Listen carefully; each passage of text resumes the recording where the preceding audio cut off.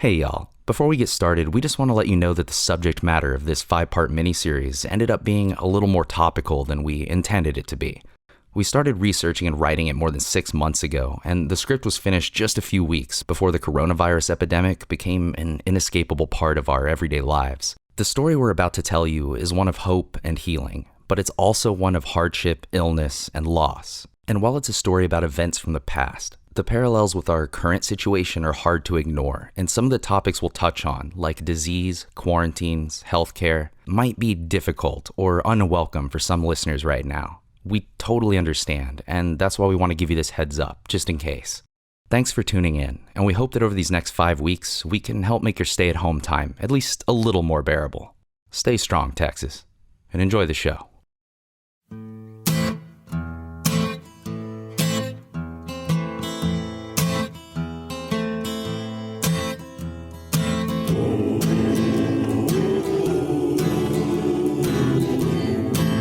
It was the summer of 1889, and Tomasita Canales was dying.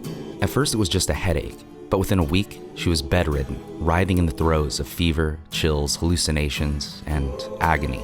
She was literally burning alive. Her husband, Andres, called in one of the best Tejano physicians in Corpus Christi, but after 3 days, he'd exhausted every treatment he knew how to provide, and Tomasita's fever still refused to break. If anything, she was getting worse. Her sons, Albino and Andres Jr., raced home from school in Matamoros to be by their mother's side, but when they tried to embrace her, she recoiled at their touch. The fever's hold on her was so intense, it had made strangers of her own children. All the boys could do was watch helplessly as their mother cried out in pain, confusion, and fear until she lost consciousness altogether. The Canales family were the owners of Las Cabras Ranch, one of the largest in the Rio Grande Valley, and they had the means to afford the best healthcare money could buy. But in South Texas, wealth didn't always guarantee access to care, much less a cure. "I'm sorry," the doctor told them. "I've done all that science has prescribed." And it was true. Tomasita was most likely suffering from yellow fever, a recurring scourge in South Texas at the time, and a disease for which there was no known cure. Andres pleaded with the doctor. Money was no object. Please, just get her to the hospital. But the closest hospital was in San Antonio, 125 miles away. The doctor's eyes fell to his feet. "Don Canales," he said. "She wouldn't even survive the ride to the train station." All they could do now was try to make her comfortable and say their goodbyes while there was still a chance, however small, that she might hear them. But Tomasita's mother wasn't having it with this big city doctor and his fatalist crap. She begged Andres to send a rider out to nearby Los Olmos Ranch and fetch a man named Don Pedro. Andres knew of the man. Rumors and gossip were hard to avoid in a small town. They said he was a curandero, a faith healer. They said he could perform miracles. Andres had a hard time believing that some shepherd's magic potions could cure what no doctor could. But with all other options exhausted and Tomasita's time growing short, he owed it to her, at the very least, to try. So Andres swallowed his pride, suspended his disbelief, and sent his fastest rider to fetch the so-called curandero. The Texan folk tradition of curanderismo dates back to the 16th century, when Spanish missionaries first brought Catholicism to the Americas. Over time, the teachings of the church began to fuse with the native beliefs and practices, giving rise to a unique kind of hybrid faith that was passed down through the generations. The treatments and remedies of curanderismo were steeped in ancient folklore, but it wasn't all superstition. In the Mayan tradition alone, they used about 400 botanical drugs for medical purposes, and over 200 of those have since been formally recognized by the U.S. Pharmacopoeia or the National Formulary. In other words, a lot of it actually works. Andres' heart sank when the rider returned to the ranch alone, but he wasn't empty-handed. The rider said that Don Pedro couldn't make it out till morning, but he sent the next best thing, his handwritten receta, recipe. It said to bathe Tomasita in unheated water 3 times that night, once every 3 hours. And that was it. The doctor scoffed and called it, quote, "Estupidez." To soak such a sick woman in cold water would sooner kill her than the fever would. He shook his head, handed the paper to Andres, and rode out for the train station. As Andres stood there, holding the receta in his quaking hands, the rational part of him knew the doctor was right. The love of his life was going to die. Only a miracle could save her now, and Andres didn't believe in miracles. But for Tomasita, he had to try. With everything he had, he would try. They carried the dying woman to the tub and did just as the receta prescribed. When the third bath was done, they tucked her gently into bed and, with a prayer, left her life in the curandero's hands. As the morning sun fell across her face, Tomasita Canales opened her eyes. Albino! She cried. Andres! Her sons ran to her side and immediately saw the recognition and love in their mother's eyes. They threw their arms around her, and with newfound strength, she squeezed them tight. The fever, the chills, the pain, all of it was gone, like magic. As if on cue, Andres spotted a man in black riding up to the ranch. His clothes and shoes were, quote, those of the poorest Mexican peon, and his shoulders were draped in a ragged black cape. Only a long white beard was visible beneath the shadow of his wide-brimmed hat. Well, that and the scar, of course. A long, mean one, cut clean across the bridge of his nose. He was unmistakable, even to a stranger at a distance. Don Pedro Jaramillo, the healer of Los Olmos. Andres ushered the man up to the bedroom where Tomasita waited, awake, alert, and excited to embrace the mysterious man who'd saved her life. She insisted on paying him something, anything, but he just smiled politely and raised his hand in refusal. He'd already been paid in full by her health and happiness, he told her, and besides, he didn't deserve any credit. It was God who'd healed her, and she had no one else to thank. With that, he tipped his big black hat and rode away. Tomasita Canales soon made a full recovery and would go on to live in good health with her husband and family for another 38 years. This wasn't the first time Don Pedro had cured what no doctor could, and it was far from the last. A few years later, the San Antonio Daily Express did a write-up on the, quote, queer old man who performed such wonderful cures in such mysterious ways. They claimed no one knew where he lived or where he came from, that he rarely spoke, only traveled by night, and was feared and worshipped by every Indian who'd seen him pass. None of it was true, of course, but it's not surprising. The curandero's reputation long preceded him in every town he visited, and his miracles were written into folklore before he'd even rode out again. He was, quite literally, a living legend. And if there was any truth to the rumors and gossip of a small town, the curandero arrived in Texas on the lam, having staged a seemingly impossible escape from a Mexican prison. Or maybe they just didn't have enough evidence to hold him. After all, the alleged charge was an archaic and unusual one, even for the time. The practice of brujeria. Don Pedro Jaramillo, they said, was a wizard. I'm Ryan Sheffield. And I'm Brad Dewar. And this is TEX ARCANA.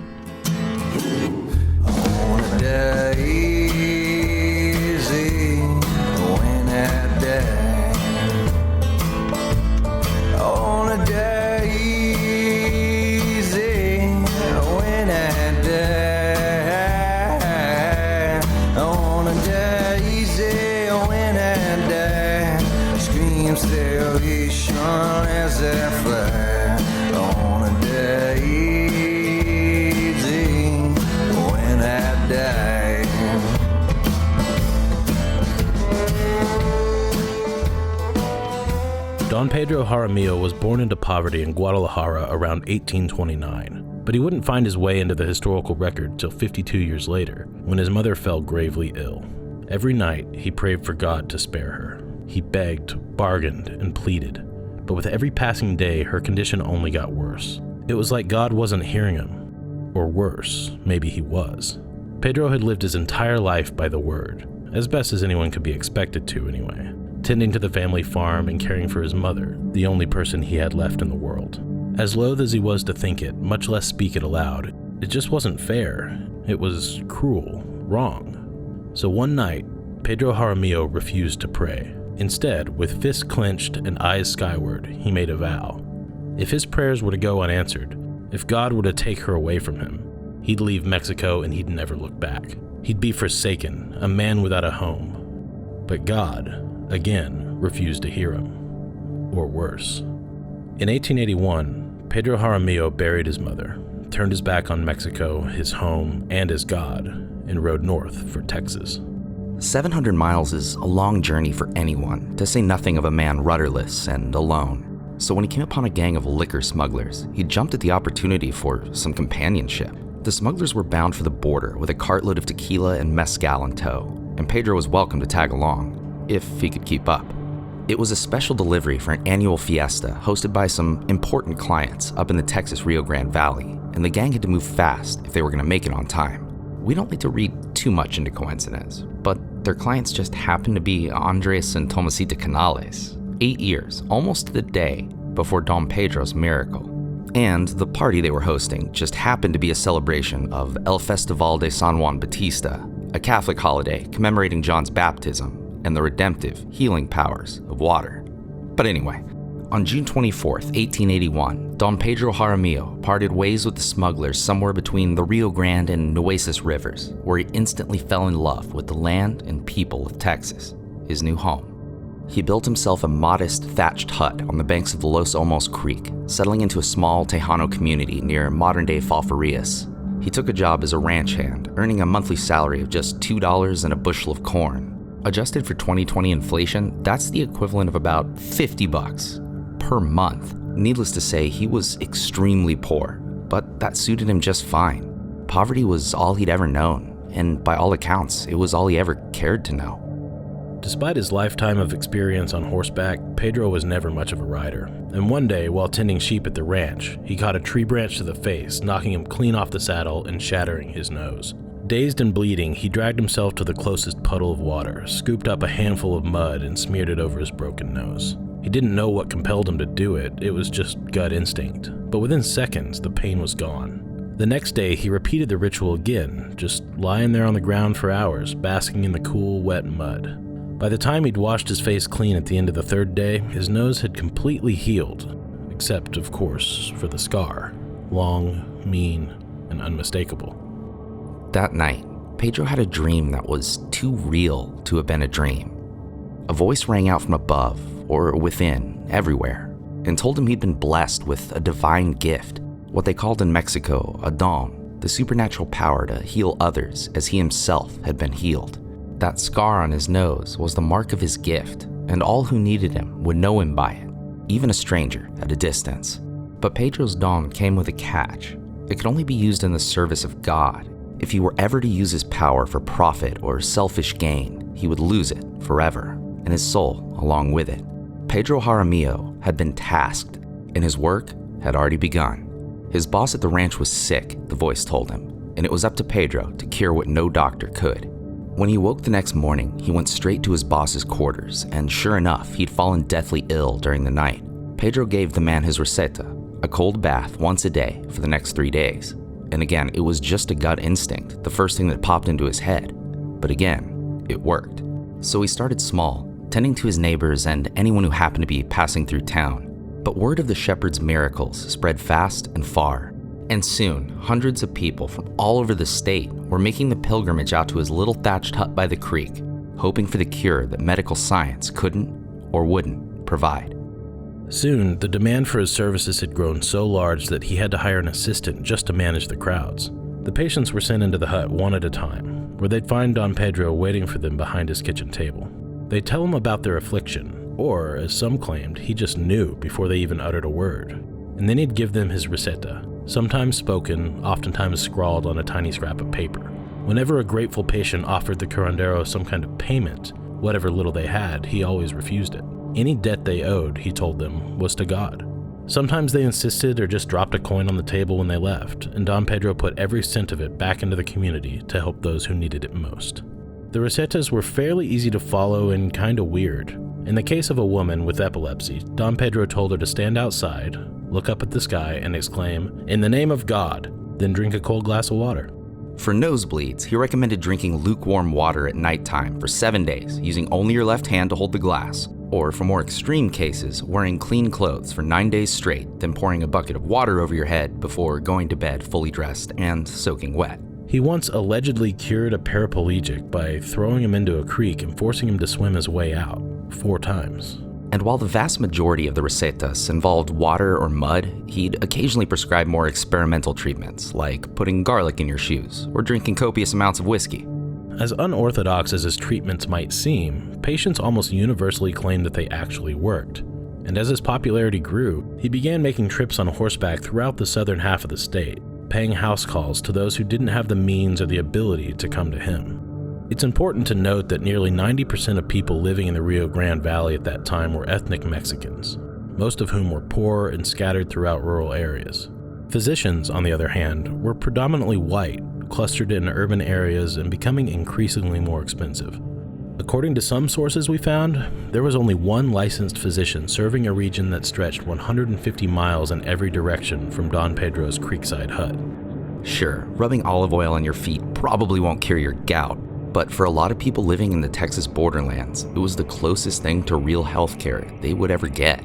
And the simple feeling of just being cared for, listened to, treated like an actual human being worthy of life and health, was a kind of medicine unto itself. In the face of utter helplessness and despair, sometimes just the smallest dose of hope and humanity can truly make the difference between a lie and a miracle.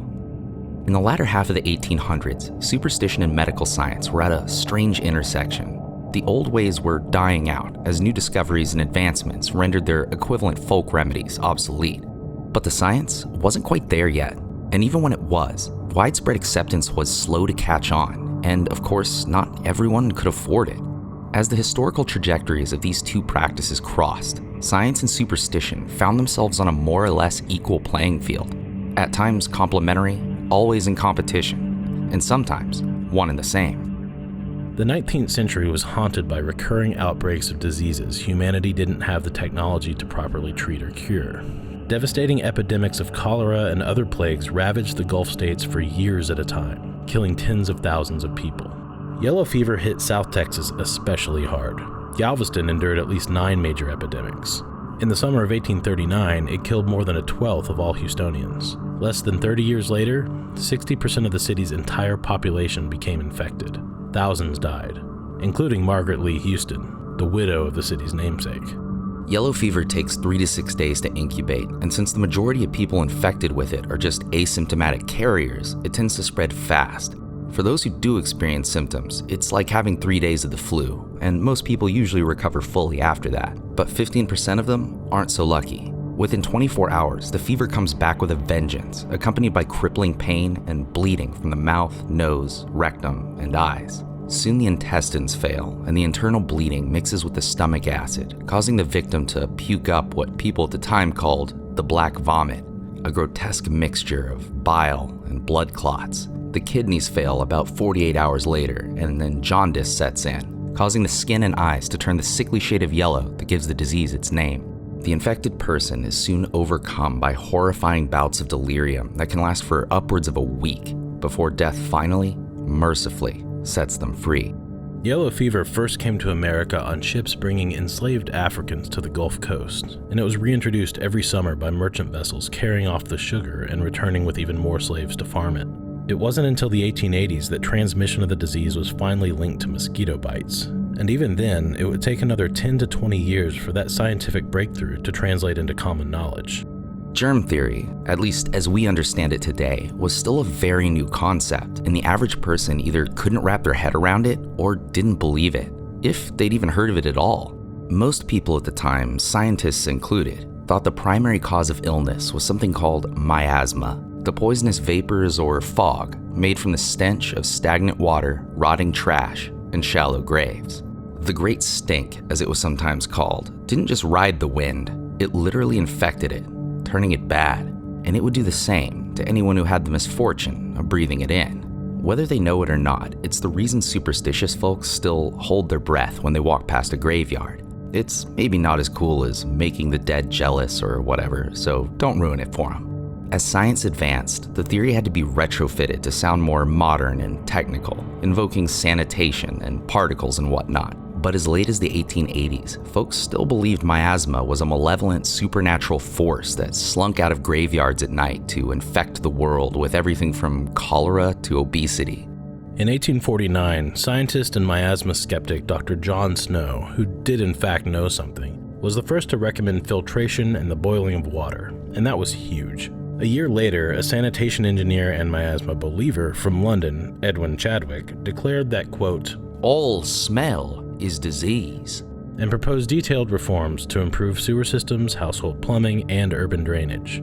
Within the next few years, his ideas were implemented throughout England and the US. It's why farmers stopped using human feces as fertilizer, and it was a major factor in the mainstream acceptance of cremation for the disposal of bodies. The miasma theory may have been completely bunk, but the reforms it inspired dramatically reduced the infection rates of deadly diseases, saving thousands of lives and laying the foundation for our modern sanitation infrastructure. If you use a toilet instead of an outhouse, or, live past the age of 40, you can probably thank imaginary evil nighttime smells. I know I do. But even with all the sanitation improvements, miasma theories still lingered for a few decades in the popular consciousness, as the plagues kept on coming. South Texans would close their windows and doors every night when the sun went down, believing it was better to suffer the dank humidity and extreme heat than to catch yellow death from the poisoned night air.